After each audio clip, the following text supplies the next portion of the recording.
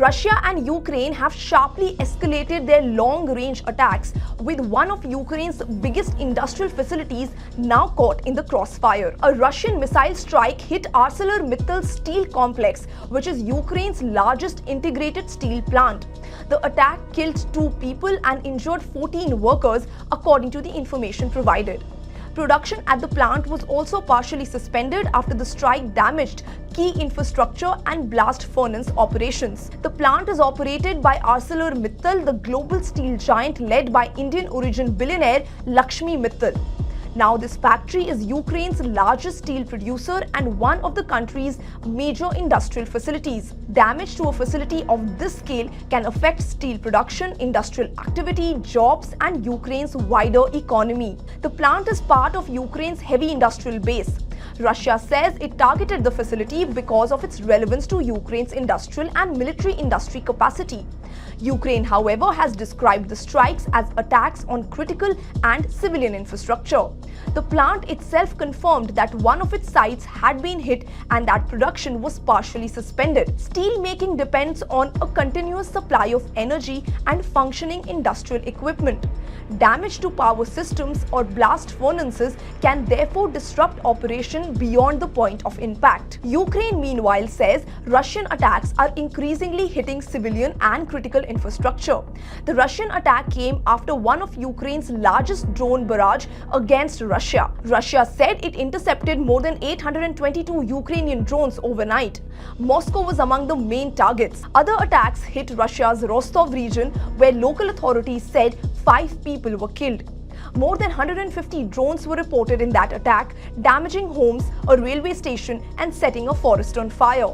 In the Moscow region, an 83-year-old man was killed after a drone hit a private home. A separate Ukrainian attack also caused a fire at a warehouse belonging to Wild Berries, which is one of Russia's largest online retailers.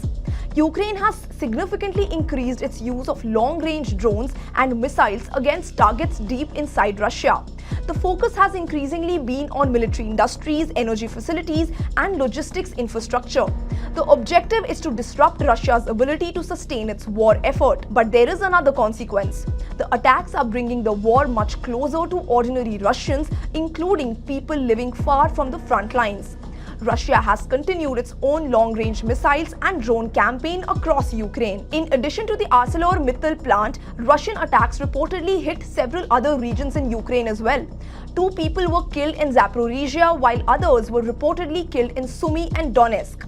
Russian attacks also caused fire in Kyiv and injured 6 people. Ukrainian President Volodymyr Zelensky has again appealed to Western countries for more air defense systems. He said that over the previous week alone, Ukrainian cities had faced more than 1,500 attack drones, nearly 1,560 guided aerial bombs, and 62 missiles. Those figures are claims from the Ukrainian side.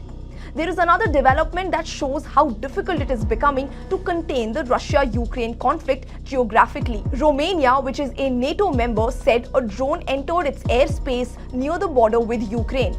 Romania's defense ministry said the drone was detected early Sunday morning around 24 kilometers north of the city of Galati. A Spanish Air and Space Force F-18 fighter jet operating in the area shot it down, according to Romanian authorities.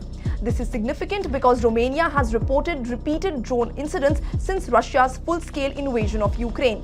Some drones have previously crashed or exploded on Romanian territory as well. The fighting on the ground has shown little movement, while diplomatic efforts remain stalled. That appears to be pushing both sides towards more long-range attacks. Ukraine is targeting Russian military, industrial, and logistical infrastructure deep inside Russia. Russia is responding with large-scale missile and drone strikes against Ukrainian cities and industrial facilities. That creates a dangerous cycle. More Ukrainian strikes deep inside Russia leads to more Russian retaliation inside Ukraine, which further leads to greater risk to civilian and industrial infrastructure.